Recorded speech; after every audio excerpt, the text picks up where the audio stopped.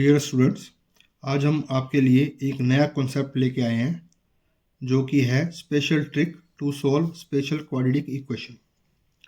Quadratic equation जो है वो इस तरह की होती है, ax² + bx + c = 0 और कोफिशिएंट ऑफ x² 0 नहीं होना चाहिए। अगर ये 0 हो गया तो फिर ये क्वाड्रेटिक नहीं रहेगी।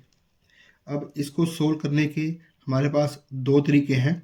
एक तो है फैक्टराइजेशन और एक है quadratic formula. x = -b + -√b² - 4ac/2a।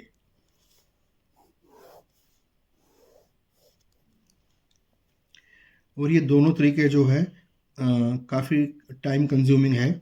यदि इस क्वाड्रेटिक इक्वेशन में अगर कुछ खास प्रॉपर्टी हो, इसके अंदर एक खास गुण हो, तो इसको हमें सोल्व करने की ज़रूरत नहीं है। सोल्व करेंगे तब भी वही आंसर आएगा जो कि हम सीखने जा रहे हैं।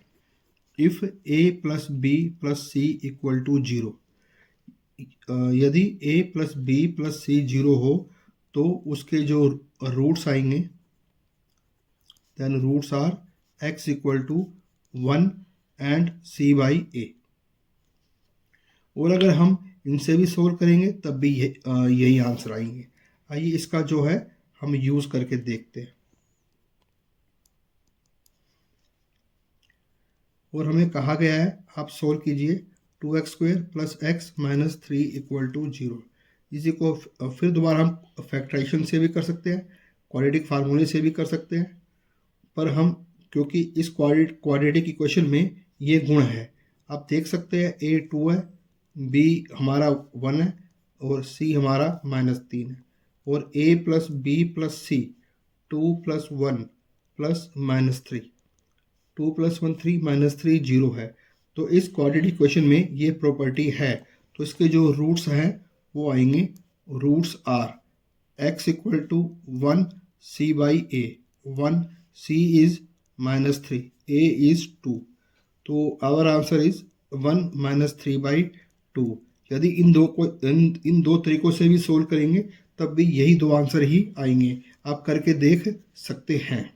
अब हमारे मन में ये क्वेश्चन उठ सकता है कि अगर मैं ये कह रहा हूँ कि अगर ये गुण होगा तो रूट्स ये होंगे, तो हमें ये कैसे पता चला कि ये होंगे। आइए इसके पीछे के हम लॉजिक को समझते हैं। हमें ये दिया हुआ है ax² + bx + c = 0। यदि if x = 1 is the root, if x = 1 इसका रूट है और हम जानते हैं x = 1 रूट होने का मतलब है अगर हम x की वैल्यू 1 पुट कर देंगे तो राइट हैंड साइड और लेफ्ट हैंड साइड इक्वल आने चाहिए। Then a1² b1 + c = 0। अगर x = 1 इसका रूट है तो ये 2 होना चाहिए, तो ये आ गया a + b + c = 0। और ये तो इसके अंदर प्रॉपर्टी है ही है, तो इसलिए हम कह सकते हैं कि इफ़ a + b + c 0 है तो x = 1 इसका रूट है। और हम ये जानते हैं कि जो प्रोडक्ट ऑफ द रूट्स होता है वो होता है c/a, और product of the roots c/a होता है। और मैंने मान लिया कि दो रूट्स अल्फ़ा और बीटा है, तो ये क्या होना चाहिए c/a।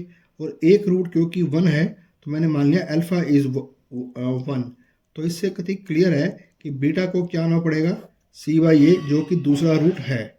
तो इट मीन्स अगर ये क्वाड्रेटिक इक्वेशन है और इसके अंदर ये प्रॉपर्टी है तो हम ये कह सकते हैं कि x = 1 इसका रूट होगा और दूसरा रूट होगा c/a।